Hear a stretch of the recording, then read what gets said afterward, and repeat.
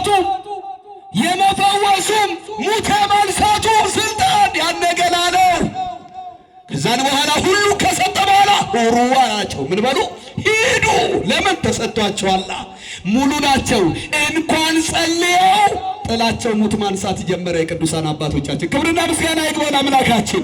ጥላቸው ሙት ማንሳት፣ አዎ ልብሳቸው ድዊ መፈወስ፣ ጸሎታቸው ታምር መስራት፣ አዎ የቅዱሳኑ ስልጣናቸውን በጸጋ ከፍ አደረገው። ማን?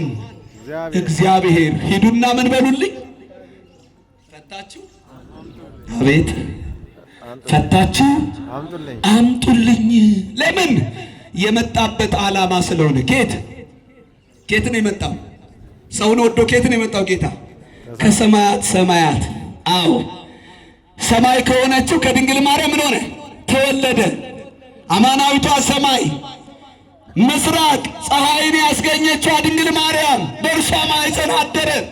ፍቅር ሳበው ይላሉ ሊቃውንት። ፍቅር ሳበው ማግኘት ፍቅር ወደ ምድር ጎተተው። ለምን? የሰው ልጅ ቋጠሮ በእርሱ ብቻ ስለሚፈታ። ክብርና ምስጋና ለእርሱ ይሁን። አዎ ወደ ምድር ሳበው፣ ወደ ምድር አመጣው፣ ጎተተው። ስለዚህም ነው ታዲያ ያ የተቋጠረ ተቋጥሮ እንዲቀር ስላልወደደ ምን አለ ጌታ? ሂዱና ፈታችሁ አምጡልኝ። የሚጠይቃችሁ ሰው ቢኖር ባለቤቱ ይፈልገዋል በሉ። እየሰማችሁ ያሰሩ ሰዎች አሉ የሉ? አሉ። ከፍ አድርጉ እስቲ ንገሩኝ። አሉ የሉ? አሉ። አሉ የሉ? አሉ። እንደ ሰውኛ ስናስብ የአህዮቹ ባለቤት አሉ የሉ? አሉ። አሉ እኮ ባለቤቶች። ግን የባለቤቶች ሁሉ ባለቤት ማን ነው? እግዚአብሔር። አመስግኑ። እሱ እግዚአብሔር የተመሰገነ ይሁን። እርሱ ነው ባለቤቱ፣ እርሱ ነው። ሂዱ አምጡ አለ። ባለቤቱ ይፈልገዋል። ይፈልጋቸዋል ብላችሁ ንገሩ። ከዛን በኋላስ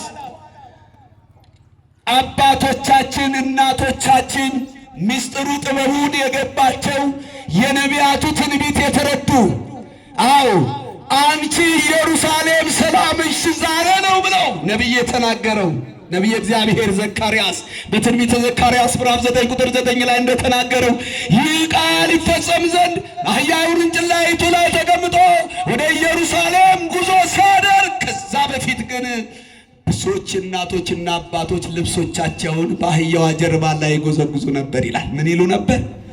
ምን ይሉ ነበር? ሞገሳችን የጸጋ ልብሳችን አንተ ነህ። የምን ልብሳችን? አረ ንገሩ። የጸጋ ልብሳችን። የምን ልብሳችን? የጸጋ። የሁላችንም የጸጋ ልብስ ማን ነው? አሁን ብዙዎቻችን ልብስ ስለለበስን እርቃናችን የተሸፈነ ይመስላችኋል? ውሸት ነው። ምኑ ነው የከለለን? አሁን እኛን ጸጋው ክብሩ ነው ከኛ ያራቀው። ለምን? የትኛውም የሰው ልጅ የሰው ዘር በማን አምሳል ተፈጥሯል? በእግዚአብሔር። በዛም የተፈጥሮ ጸጋ አለው እግዚአብሔር የሰጠው ለሰው ልጅ። የትኛውም እንትን ውስጥ ይኖር የተፈጥሮ ጸጋ አለው። የተፈጥሮ ጸጋ።